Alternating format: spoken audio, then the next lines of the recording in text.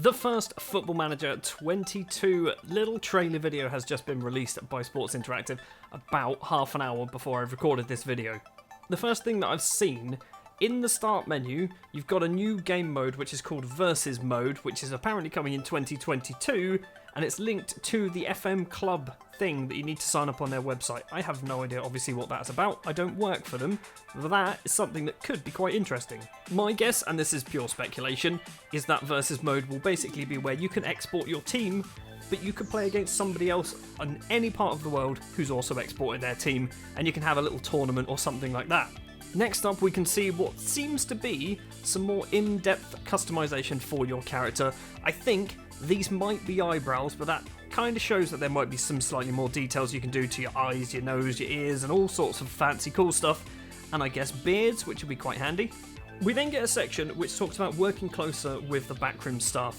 I don't really see anything new in this little section.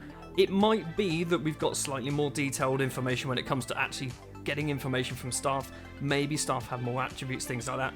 But at the moment, to me, that looks kind of similar to what we already have. We'll probably see some further details down the line. Now, Deadline Day seems to be the first bit from this video where we've got something a little bit more juicy, and that seems to be players can basically throw their toys out of the pram when it comes to Deadline Day and force a move away from their club. So if you are so adamant on signing your 17-year-old Brazilian wonder kid, you can keep pestering him until basically he gets so annoyed that his club won't sell him, they might just be forced to do it because there's so much media attention, which I think is quite good when you think about the modern game. They've also gone for the Sky Sports style colour scheme for Deadline Day. I honestly don't pay too much attention to Transfer Deadline Day in-game. That might already be there.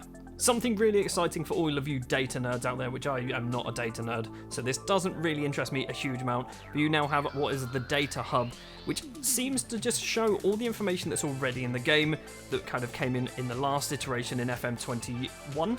It is FM21, yeah.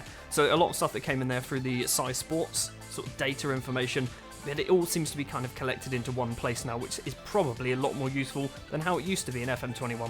Linking into the Data Hub, we've got this section which comes up as key findings, and it looks like we've got more and more details, this time focusing on how well you have performed as a team, talking about momentum, passes, XG, things like that, integrating some new information as well, danger of possession, which is something that I've seen being used now on sort of Sky Sports and things like that, which is something, again, not a data nerd, don't really understand, but some of you will absolutely love that.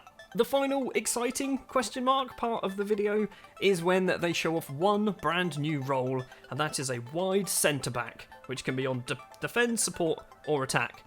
I don't fully understand what any of that means, but there is a new role. It does also give you the description of the wide centre back, which is the main job of the wide centre back is to stop the opposing attackers from playing and to clear the ball from danger when required. However, unlike standard centre backs, the wide centre back is encouraged to stay wide in possession and support the midfield more like a fullback. Is this the overlapping fullbacks thing that Sheffield United did? I don't know whether it is or not, but we seem to have a nice new fancy, a lot more attacking centre-back option. And to round out the video, there was a little bit of the match engine as well. I didn't see anything too over the top here. It did look like some of the animations were improved, which is always good to see. I think the match engine is something that will continually improve year on year on year until we get to a point where it stops becoming Football Manager. That's my worry. If we keep improving it and it starts looking like FIFA, then I'm a little bit concerned because that's not what the game is about. So yeah, that is just some of my findings that I found from the quick little 1-minute video. I've put a link in the description of this one, which is going to hopefully, if you want to go watch it, you can check out the whole thing. Personally, for me, there's nothing too groundbreaking currently, but obviously this is just the first little teaser. There's going to be plenty more things coming along in the next few weeks, I assume, leading up to the release of FM22 at the start of November, or when you want to get it, you can get it through the beta as well, which is going to be end of October. So that is going to do it then for this little video, checking out the first little trailer for FM22. I am going to be back with plenty more Football Manager content. I'm still carrying on with my Football Manager 21 content all the way up until the release of FM22. I've got 3 saves that I have planned currently for FM22. You're going to have to wait and see for when those come out. But thank you very much for watching. If you did enjoy, please remember you can hit the like button. If you're new to the channel as well, please do hit the subscribe button. Stick your comments down below for what you're most excited about from this trailer, and I'll see you in the next one.